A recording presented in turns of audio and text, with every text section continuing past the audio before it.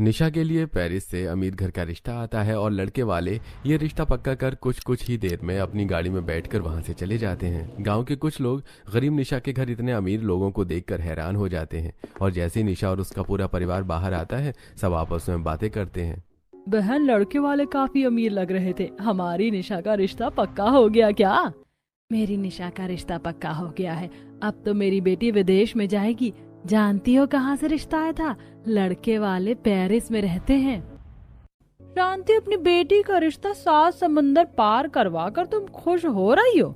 अगर मैं होती तो मैं अपनी बेटी का रिश्ता इतनी दूर कभी ना करवाती। तुम जानती भी हो पेरिस में कितने बुरे लोग रहते हैं। मैंने तो सुना है वहाँ के अमीर लोग हम गरीब लोगों की बेटी से शादी कर लेते हैं और उन्हें पेरिस में ले जाकर नौकर बना कर रखते हैं, और बहुत लोग तो उन्हें बेच देते हैं।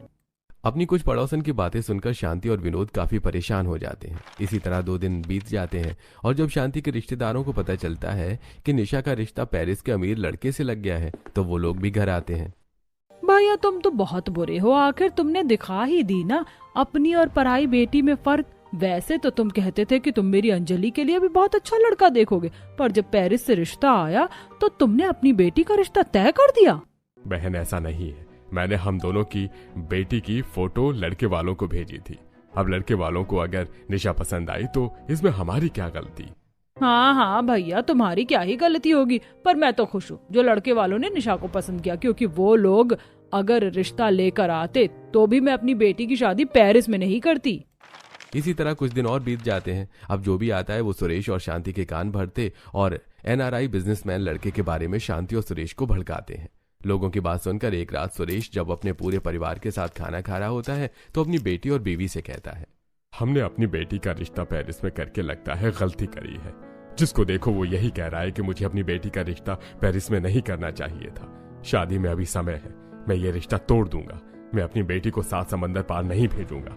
मैं नहीं जानता वहां के लोग कैसे होते हैं, और अगर मेरी बेटी इतनी दूर चली गई तो मैं कभी जान भी नहीं पाऊंगा कि वो कैसे अपने ससुराल में रह रही है, और मैं अपनी बेटी को दुखी नहीं देख सकता। अगले महीने शादी है। हमने सारी तैयारी कर ली है।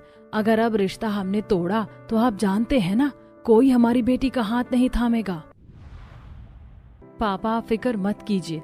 मेरी किस्मत में जो लिखा होगा वही होगा। अगर मेरी किस्मत में दुख होगा तो मैं गांव में रहकर भी दुख काटूंगी, और अगर मेरे नसीब में खुशियां होंगी तो मैं पेरिस में भी खुश रहूंगी। माँ सही कह रही है। हम गांव में रहते हैं। यहाँ के लोगों की सोच बहुत छोटी है। अगर किसी भी वजह से मेरा रिश्ता टूटा तो लोग मुझ में ही कमियां निकालेंगे, और मेरी वजह से आपकी बदनामी हो मैं ये देख नहीं पाऊंगी। अपने गरीब माँ बाप के लिए निशा पेरिस के लड़के से शादी करने के लिए राजी हो जाती है। इसी तरह 1 महीना बीत जाता है और बहुत जल्द निशा की शादी होती है। पंकज बेटा, मैं अपनी बेटी को बड़े ही नाजों से पाला है। मेरी एक ही बेटी है। पेरिस में उसे कभी दुख मत देना। वो गांव की देसी लड़की है, विदेश के तौर तरीके नहीं जानती। अगर उससे कभी गलती हो तो माफ कर देना। भाई साहब, डरिए मत। निशा मेरी बहू नहीं, मेरी बेटी है। और देखना, पेरिस में जाकर वो भी हमारी तरह लग्जरी लाइफ जिएगी। चलो निशा, गाड़ी में बैठ जाओ। हमें एयरपोर्ट जाने के लिए लेट हो रहा है।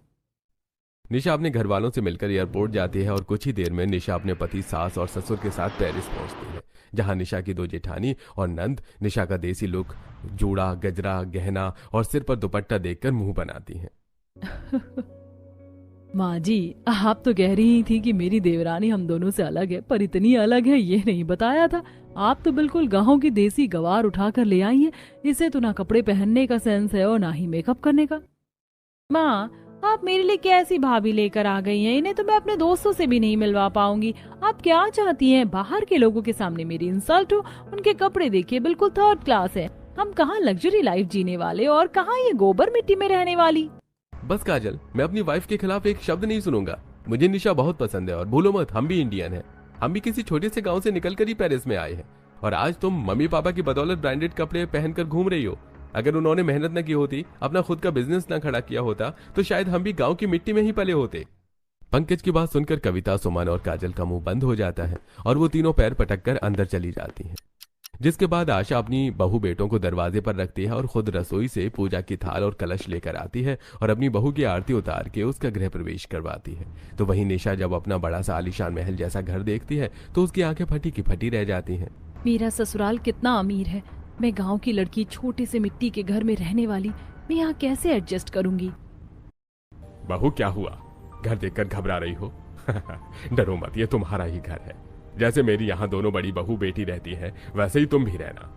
जहाँ पर सब कुछ ब्रांडेड है। हमने जो कपड़े पहने हैं वो ज़ारा के हैं, हमारे जूते 20,000 के हैं, और तुम्हारी सास ने जो बैग लिया है वो गुच्ची का है। पंकज, कल तुम बहू को मॉल ले जाकर शॉपिंग करवा देना।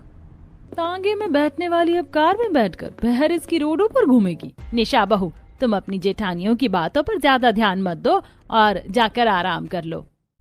आशा के कहने पर निशा अंदर जाती है और जब वो लोग अपने कमरे में जाते हैं तो पंकज अपने फिंगरप्रिंट लगाता है और उससे कमरे का दरवाजा खुल जाता है। अब जब निशा अपने कमरे में जाती है तो मुलायम मखमल बेड देखकर वो काफी खुश होती है। ये बेड कितना मुलायम है, कितना मजा आ रहा है इस पर बैठने पर। निशा, ये तो बस शुरुआत है, अब तुम थोड़ा आराम कर लो, फ्रेश हो जाओ, फिर एक साथ डिनर करेंगे। इतना बोलकर पंकज अपना वॉशरूम दिखाता है और कैसे शावर चलता है, किधर चलेगा, ये सब कुछ निशा को सिखाता है। कुछ देर में पूरा परिवार डाइनिंग टेबल पर खाने के लिए आता है, जहाँ कुछ नौकर खाना सब खा रहे होते हैं। तुम खाने को क्या देख रही हो? उप्स, हम तो भूल ही गए, तुम तो गांव की देसी गवार हो। हाँ, तो सही कहा ना, आज से पहले कांटे चम्मच का तो इस्तेमाल किया ही नहीं होगा। सुमन, ऐसा क्यों बोल रही हो? हर इंसान धीरे धीरे चीज सीखता है। निशा, डरो मत, तुम भी सीख जाओगी, बस तुम हमें खाते हुए देखो। अब निशा घर वालों को देखकर उनकी तरह खाने की कोशिश करती है, पर वो खा नहीं पाती और उसका खाना नीचे गिर जाता है, जिस वजह से सुमन, कविता और काजल जोर जोर से हंसने लगती हैं। गांव की गवार को कितना ही क्यों ना कुछ सिखा दिया जाए, वो गवार गवार ही रहता है। बहू, थोड़ा सोच समझ कर बोलो। माना कि निशा बहू गांव से है, पर वो भी पढ़ी लिखी है, वो भी गांव में नौकरी करती थी। इस तरह उसका बार बार मजाक बनाना सही नहीं। और निशा बहू, मैं जानती हूँ, गांव में शादी के बाद बहू अपनी पहली रसोई करती। यहाँ पर हम भी तुम्हारी पहली रसोई करेंगे, पर 2 दिन बाद। ये तो परफेक्ट है। अब मैं आराम से 2 दिनों तक निशा को पेरिस घुमा पाऊंगा, वो भी अपनी लैम्बोर्गिनी से। ससुराल में आकर निशा काफी खुश थी। अगले दिन पंकज और निशा तैयार होते हैं और पंकज निशा को अपनी लैम्बोर्गिनी गाड़ी में बिठाता है और कुछ देर में वो लोग एक बड़े शोरूम में जाते हैं, जहां पंकज अपनी पसंद के निशा को कुछ डिजाइनर ड्रेस और सैंडल दिलाता है। ये 1 पीस तुम पर बहुत अच्छी लगेगी, तुम अपनी पहली रसोई वाले दिन यही पहनना मैडम। आप एक काम कीजिए, 1-2 ड्रेस, सूट और साड़ी पैक कर दीजिए। पंकज जी, सूट और साड़ी तो ठीक है, पर मैं 1 पीस गाउन, इस तरह की ड्रेस नहीं पहनती। नहीं पहनती तो क्या हुआ, ले लेते हैं, क्या पता कभी तुम्हारा मन बदल जाए। इस तरह पंकज कुछ ड्रेस और सैंडल साथ ही पर्स दिलाकर निशा के साथ रेस्टोरेंट में जाता है। पेरिस का सबसे महंगा रेस्टोरेंट है, मैं अपनी सारी बिजनेस की डील करने के लिए इसी रेस्टोरेंट में आता हूँ। मैं छोटे से गांव की लड़की, मुझे तो यकीन ही नहीं हो रहा कि मैं पेरिस जैसे इतने बड़े शहर में हूँ। अगर यकीन नहीं हो रहा है तो यकीन कर लो, क्योंकि अभी तो तुम्हें बहुत कुछ देखना है। कल तुम्हारी पहली रसोई है, माँ की कुछ दोस्त घर आएंगे, जिसमें से कुछ इंडियन है और कुछ पेरिस की रहने वाली हैं। कल देखना, तुम्हें बहुत मजा आएगा। कुछ देर में पंकज निशा को पेरिस की मोस्ट पॉपुलर जगह पर ले जाता है और शाम को निशा घर आती है। अगले दिन निशा की पहली रसोई होती है, इसलिए वो सुबह जल्दी उठ जाती है और रसोई में जाती है और नौकरों की मदद लेकर इंडक्शन और इलेक्ट्रॉनिक सामानों से अपने ससुर के लिए करेले का जूस, घर वालों के लिए मिल्क शेक, बादाम शेक, पराठे, खीर, पूड़ी, पनीर, छोले भटूरे जैसे पकवान बना रही होती है कि तभी वहाँ निशा की दोनों जिठानी और नंद आती हैं। ये सब क्या बनाया तुमने? कितना ऑयली है। यहाँ के लोग इस तरह का भारी खाना नहीं खाते। बनाना ही है तो एवोकाडो टोस्ट बनाओ, नूडल्स बनाओ, पिज्जा बनाओ, मोमोज बनाओ, सैंडविच बनाओ। बहू, जब तुम्हारी पहली रसोई थी तो तुमने अपनी पसंद का खाना बनाया था ना, तो फिर तुम छोटी बहू को क्यों फोर्स कर रही हो अपनी पसंद का खाना बनाने के लिए? बहू, मेहमान आ चुके हैं, खाना लगा दो। आशा की बात सुनकर सुमन, कविता और काजल का मुंह बन जाता है। कुछ ही देर में निशा घर आए मेहमानों को खाना सर्व करते हैं और जब सभी मेहमान खाना खाते हैं तो वो लोग निशा के खाने की काफी तारीफ करते हैं। Oh my God, it is too yummy। मेरा सपना था इंडियन फूड खाने का और आज मेरा ड्रीम पूरा हो गया। I can't believe this। ये सारा फूड बहुत डिलीशियस था। आशा, आखिर तुमने दिखा दिया कि तुम तीसरी बहू बिल्कुल देसी लेकर आई हो। मैं भी अपने बेटे के लिए इंडियन लड़की देख रही हूँ, वो भी गांव की, ताकि वो भी हमारे घर में आकर हमें इंडियन खाना खिला सके। विदेशी खाने खा खा कर मैं तो बोर हो चुकी हूँ। देखा बहू, तुम तो पेरिस में आकर देसी तड़का लगा रही हो। सब तुम्हारी कितनी तारीफ कर रहे हैं। घर आए मेहमानों के मुंह से अपनी तारीफ सुनकर निशा को बहुत अच्छा लगता है, तो वहीं कविता, सुमन और काजल निशा की खुशी देखकर जलती है। इसी तरह कुछ दिन बीत जाते हैं और एक दिन काजल की कुछ दोस्त का फोन आता है। क्या तुम लोग मेरी भाभी से मिलना चाहते हो? काश कि मैं तुम्हें अपनी भाभी से मिलवा पाती। माफ करना, पर मेरी भाभी 1 महीने के लिए इंडिया वापस चली गई। दरअसल उनके पापा की तबीयत खराब हो गई थी। वो जैसे ही आएंगी मैं तुम लोगों को उनसे जरूर मिलवाऊंगी।